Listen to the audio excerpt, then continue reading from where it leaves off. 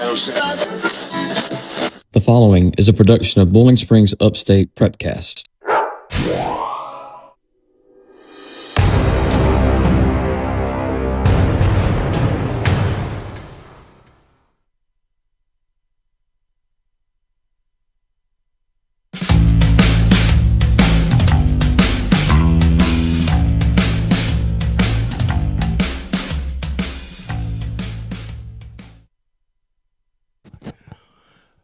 Well, good evening. Welcome into the second edition of Real Talk with Coach Matt Real. Tom Dixon along with Todd Waddell, head coach Matt Real.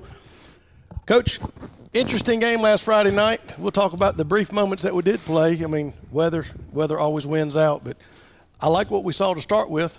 You know, minute 55 to go, we were well in control of the game, but it's still early. Yeah, I mean, really, should have been 21-0. Really bad roughing the passer call. Watched it back 3 or 4 times and really bad call, which would have been a touchdown right out of the gate defensively. And then they caught a block in the back on the other interception, which we still have possession right there at about the 30 or 35. So, but I thought we came out, played really aggressive, thought we were really physical. All the things we talk about, I thought we did a good job of doing that. The only thing that really not getting that third and short earlier in the game was really the only negative I had. Looking at some stuff, I thought Emory did a good job hitting some big plays, third downs. Dion made a really good catch over there, ran a great route. And Emory really did a great job. They'd given us some looks earlier where the route we called, we really thought we were going to be the flat, and they kind of played things a little bit different. He did a great job of kind of looking at it, seeing it, and then coming off of it and letting that next route develop. So, it was a really good job by him of being aware, being conscious in that moment of what we thought we were going to get and then what we really got. And then Jaden Jones made a really great play later than that on that drive too. So I thought we did some really good things. I thought we ran the ball well, which I think is going to be really key for us this year, and just being able to trust that, and then too taking care of him, letting him be upright, letting him see things, and doing that. And then defensively, like I said, I thought we got after it really, really well. I thought we eliminated – they do a great job of running the football. And any time you've looked at them over the years, that's been what they've done. And we did a good job of taking away everything from them, forcing them to throw the ball, and our DBs did a great job of being aggressive on the ball in the air and making some plays for us. Yeah, that was his biggest completions was our guys. I mean, I hate to say that, but I'll take that. If we do that every Friday, it'd be great. Well, the first pass attempt I think they tried was the long pass, and well, that was what I was going to say. Was I think the one bright spot for them was that he got a little separation there on Jamarcus, but Jamarcus' speed allowed him to catch up and just knock the ball away at the right time. It was awesome. Yeah, I mean, we do a good job of creating throws. That's why it gets tougher for us as you start playing better teams with better quarterbacks, because they have to make those throws. That kid Friday night is a receiver who's being forced into playing quarterback, so it's not necessarily his best position. I think he's doing what he has to do for a team, and he's doing the best he can. But we try to make it to where even when you think there's openings, you got to put the ball in the right place at the right time with the right touch, whether that's a one ball, which we call a line drive ball, or a 3 ball where you got to put some air underneath it. So we did a good job of forcing him into having to put air underneath it and allowing us time to get back. That's really the only, I'll say, hiccup we had. We had a little bust right there, and then we did a good job of making up for it, knocking it down, and then after that, man, they were just pinned their ears back and went and played. Well, I could tell that particular play we're talking about, when the play was over, your two DBs got together. Yep. You could tell they were discussing that they had busted coverage, made up for it. Yep. Didn't have to worry about it anymore, because then your defensive line said, we're just going to be in the backfield all night. And they were. And I thought Tamaje, we went to our bear look, and Tamaje, which walks him down as an outside backer, as that 5 technique, 9 technique, or whatever you want to call it, depending on if we got a tackle or tight end. And he ran 3 or 4 plays down from the backside because they weren't reading it. It was a true give. So he was, holding his gap and then made the play down the line of scrimmage, and then did a really good job of getting pressure on the quarterback, Dennis, as well, up front, just creating some havoc for him. And like I said, we did what we were supposed to do. And I think that's the whole key, and it's what we've talked about every week, is playing to our standard, doing the things that we know we can do it at a high level. And if somebody beats us, then make them go out and beat you. Don't give it to them. Yeah, you talked about Emory as well, looking good. Several several times during the night, and he looked like he was pushed out of the pocket and everything. And maybe last year may have taken it down and run with it, but kept his eyes downfield. Able to make the throw to Jalen, able to make the throw to Dion. I thought he looked a little bit sharper. Yeah, and like I said, they did some things that we had seen. And we watch film, obviously. We break all this stuff down, and then we feel like these are the coverages we're going to get based off what we've seen. If we're in a 3x1 set, if we're in a condensed 2x2 set, we're going off of everything we've seen them do, prior. We got film from last year's games. We got, they had one scrimmage, so really there wasn't a whole lot from this year we could look at. But I thought Emory did a really good job of staying true to what we had talked about during the week, taking what was there early, and then two, in his mind saying, hey, this is probably going to be there. And as the play starts progressing, he starts processing, well, the corner sat, so now we got to work to the next level. He did a really good job of doing that and putting the balls on our guys so they can make plays. And I think if he can do that consistently, then we've got a really good chance offensively to move the chains and put some points on the board. Yeah, unfortunately, we didn't have enough time to put a lot of points on the board, but it was trending in the right direction, I can tell you. I mean, the weather obviously came in and took care of that. One thing that really stood out to me is our running backs. I mean, Coach Ray John Scott's with us tonight. Coach, we know what Kyron Tobler can do. He ran hard for us last year and the start of this year, but Bird came in the game and he put points on the board for us. He looked good. You got to be happy about that. Yes, I'm real happy about that. Those guys are hard workers. They create a problem for the coaches, like a good problem, not knowing who to put in. All three of those guys, Malik, Kyron, and RJ, for our ninth grade team, they all won MVP for the team, so that just tells you a lot about those guys. Yeah, that obviously gives an extra wrinkle. We always talk about the passing game because that's what the fans like to see. It's exciting, but without that running game, passing game is nothing because you got to establish it, and that's all about coaching. All I know is you got to have a good running game, yes, and that's it's what they call a three-headed snake this year. We kind of pick your poison, which one you want. Three-headed monster. Yes, sir. No, it's great. I think Coach said it. They all three compete really hard. RJ was with us prior and then came back from Woodruff, and he's been a really good addition to our group. Kyron's been with us for 4 years, and obviously this is just our second year with Malik.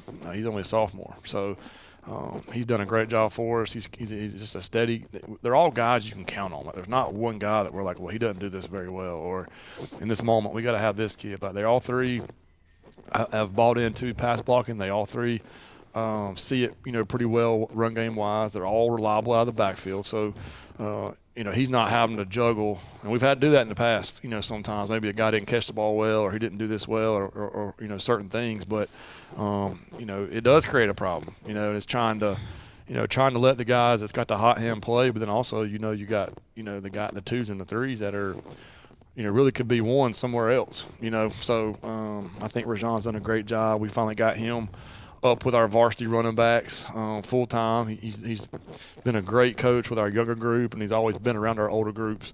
So just getting him up there with them, it's somebody they trust, somebody they already have a relationship with, and I think just that in itself, creates just really good chemistry in that room, as well as with our O linemen, with our quarterbacks. They all get along really, really well.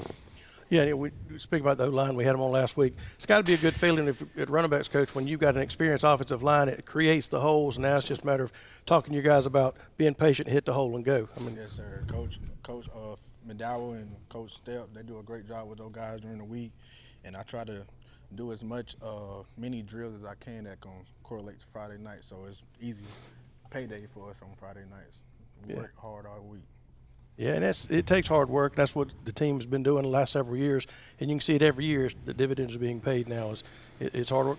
Doesn't get a lot easier, though, because, had a short game this past week. Now we got Riverside coming to town. That's obviously been on the calendar for a while. Like Coach says, that's the only game we're worried about is the next game. Until y'all ask some crazy question about is that guy right over there? He always asks about the game coming up 4 weeks now. And, the only thing I worry about 4 or 5 weeks now is where we're going to eat, because everything else on the field, that's what the coaches do. But big game coming up this Friday night against Riverside.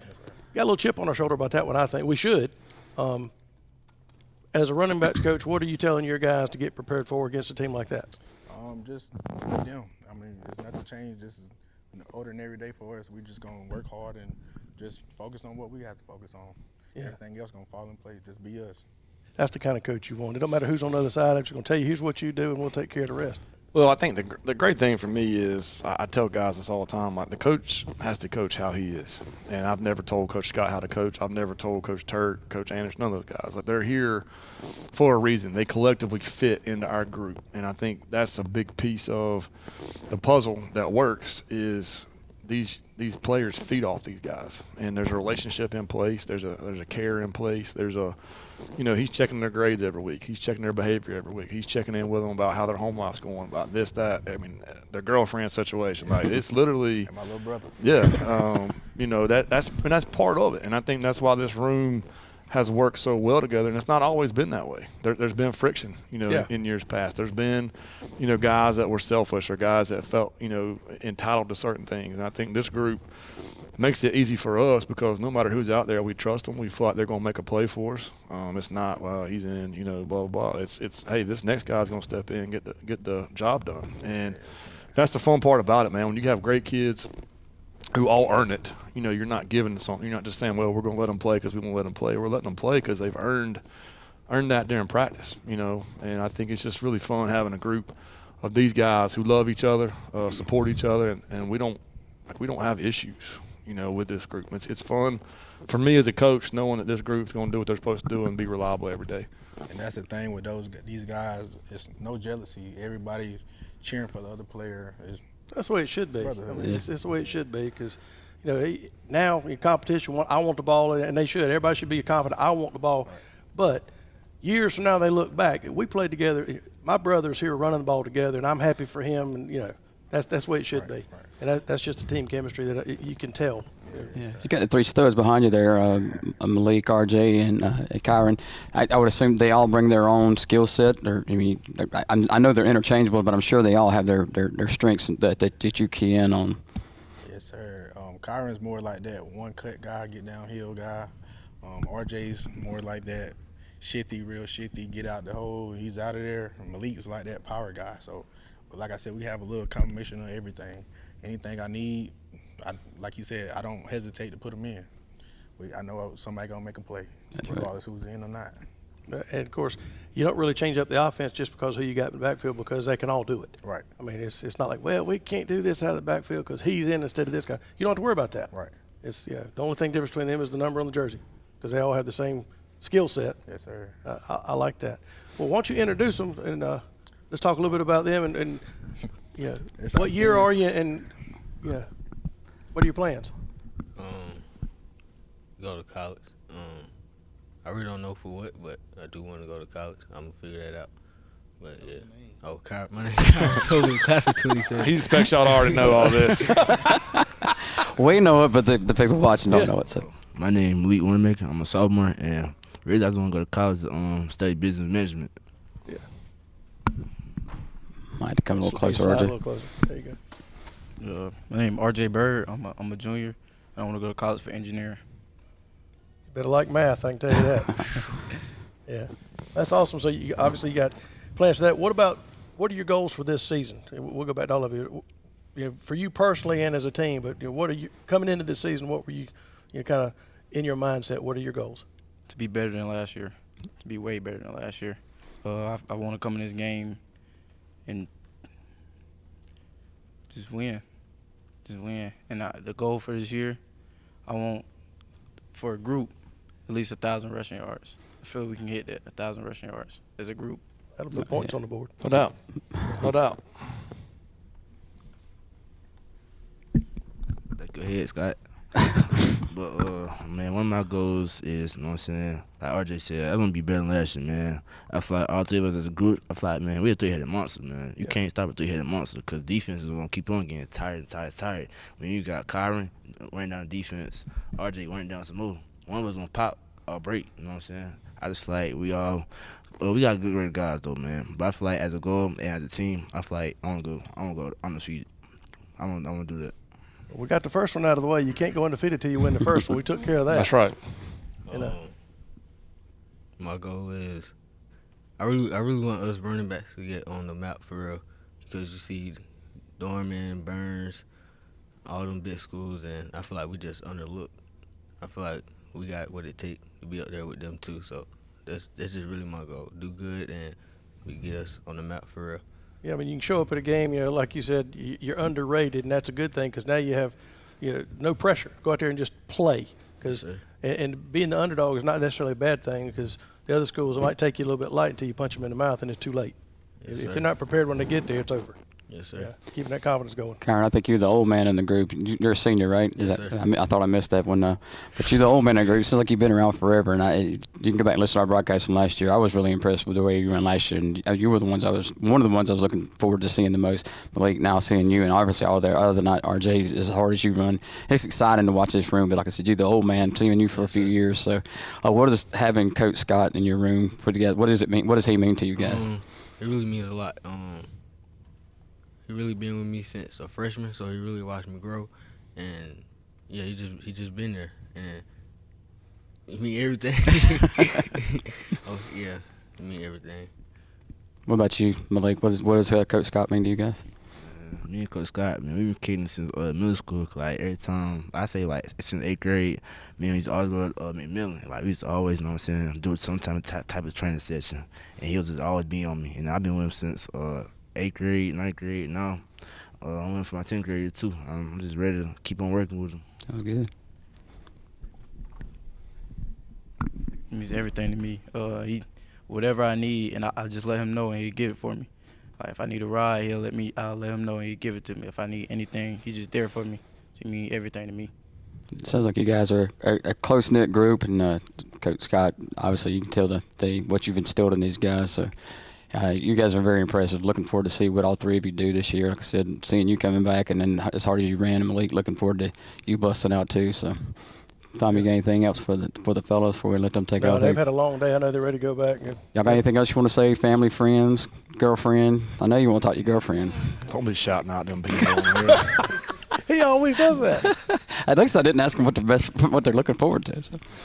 Yeah. Anything else you want to talk about before we take a break? We'll let you guys go. You've had a long day of practice in school and stuff. So. Not that I can think of. You good? Coach Scott, you got anything else to add? I believe they're good. All right. We're going to take a break. We'll let these guys go. We'll come back and preview Northwestern. Northwestern. He's already looking Somebody ahead. looking ahead. He's We're going to already looking preview ahead. Riverside by Coach Brill. We'll be right back. Ready for seafood that makes your mouth water? You can't go wrong with the Flounder Seafood Restaurant. Whether it's delicious stews or fresh fish, shrimp, oysters, or scallops you're craving, yep, we have them all. And don't forget to order your famous onion rings to start off your experience. We bring fresh flavor and big portions to every plate. Come for the seafood, stay for the experience. Make tonight a seafood night at the Flounder Seafood Restaurant, where there's always a line, but it moves quick. Visit us today at 180 Barbado Lane, the Flounder Seafood Restaurant. Fresh seafood, unforgettable flavor. Are you looking for a church that feels more like a family reunion than a funeral? You should try View Church, where we're focused on Christ, not your past. We're at 678 Mountain View Road in Bowling Springs. Our service times are 8:30 and 11. You should come check it out. And we're back here for the second section of Real Talk with Coach Matt Real. And, Coach, we've talked about Southside Christian and all that. Interviews. Now we got another game Friday night, and that's the only one that matters. And it's Riverside coming to town. Going to be a little different this year. Yeah, I mean, again, we keep going back to, and this is going to be me every single week. So if anybody's going to get bored, that's probably going to happen. But we really measure every week about ourselves. And can we do the things that we need to do and that we're supposed to do at a very high level to be successful? And that's what it comes down to. And that's what, Monday's practice was all about. That's what today's practice was all about. That's what tomorrow's meetings and practice will be all about, is us just being us. And I keep telling the guys, like, the first game we got to win every week is against Bowling Springs. Mm-hmm. Yeah. And if we win the game against ourselves, then we got a really good chance to win the game against whoever we're playing. And I think that's just